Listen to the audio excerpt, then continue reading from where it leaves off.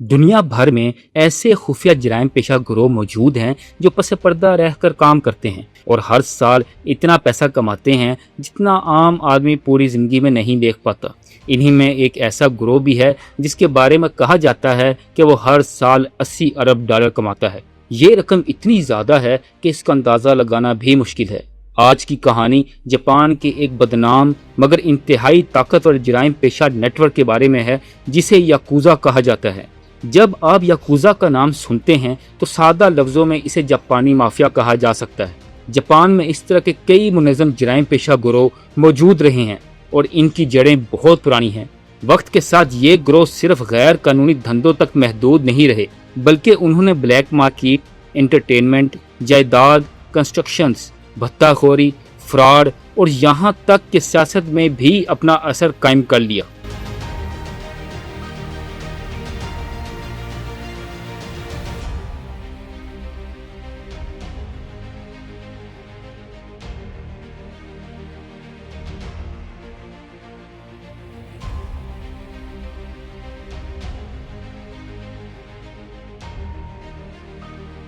इन ग्रोहों में सबसे बड़ा नाम यामागुची गोमी का है जिसके हजारों अरकान बताए जाते हैं। ये सिर्फ एक गैंग नहीं बल्कि एक बहुत बड़ी ताकत समझी जाती है। हैरत की बात यह है कि याकूजा अपने आप को सिर्फ मुजरम नहीं कहते बल्कि बाज़ औकात ऐसा जाहिर करते हैं जैसे वो नज़्म ज़ब्त कायम रखने वाले गिरोह हों। इनके दफातर भी रहे, इनके बारे में रसाइल भी बने, किताबें भी लिखी गईं और बाज़ अरकान के पास बाकायदा बिजनेस कार्ड तक होते थे।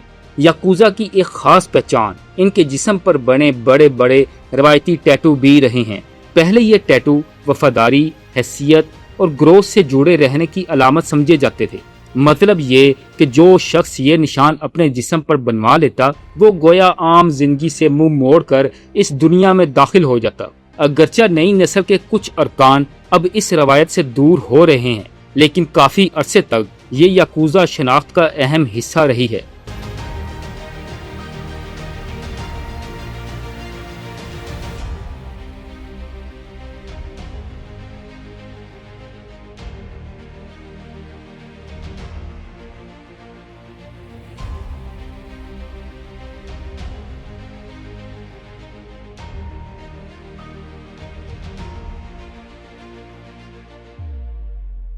अब सवाल ये है कि ये लोग इतना पैसा कमाते कैसे हैं। इसका जवाब सिर्फ स्मगलिंग या भत्ताखोरी नहीं, इनकी कमाई के बड़े ज़राए में जापान की इंटरटेनमेंट इंडस्ट्री भी शामिल बताई जाती है। फिल्म, टीवी, टैलेंट एजेंसियां और मशहूर चेहरों के साथ ताल्लुकात के जरिए भी इनका असर चलता रहा। बाज़ रिपोर्ट्स में ये भी कहा गया कि इनका असर नौजवान पॉप ग्रुप्स और शोबिज़ नेटवर्क तक जा पहुंचता है। अगर कोई इनके असर से दूर रहना चाहे तो इसे इंडस्ट्री में मुश्किलात का सामना करना पड़ सकता है।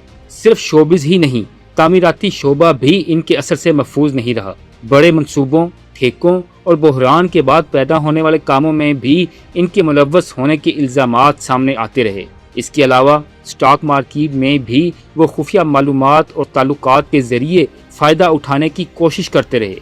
मतलब ये कि जहाँ पैसा, असर या कमजोरी नजर आई वहां उन्होंने अपना रास्ता निकालने की कोशिश की।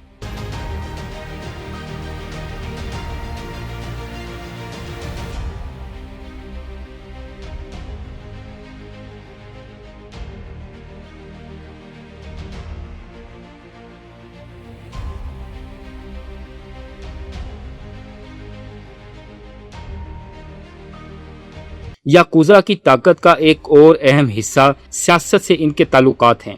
मुख्तलिफ दौर में इन पर यह इल्ज़ामात लगते रहे कि वो बाज़ सियासतदानों को सपोर्ट करते हैं, चंदा देते हैं या ऐसे लोगों को आगे लाते हैं जो इनके मुफाद में हों। अगर किसी जराइम पेशा गिरोह का असर सियासत तक पहुँच जाए तो इसका मतलब सिर्फ पैसा नहीं रहता बल्कि इख्तियार, तहफ़्फ़ुज़ और लंबी मुद्दत का फ़ायदा भी होता है। वक्त के साथ याकूजा के अंदर इख्तलाफात और टूट फूट भी सामने आई। बाज़ धड़ों के दरमियान कशीदगी बढ़ी और खदशा पैदा हुआ कि मुल्क में गैंग वार हो सकती है। अगरचा इनकी पुरानी ताकत अब पहले जैसी नहीं समझी जाती, फिर भी इनका नाम आज भी जापान में असर, खौफ और खुफिया ताकत के तौर पर लिया जाता है। ये कहानी सिर्फ एक गैंग की नहीं बल्कि इस निज़ाम की भी है जिसमें जुर्म, पैसा, कारोबार और सियासत کبھی کبھی ایک دوسرے سے گڑمڑ ہو جاتے ہیں۔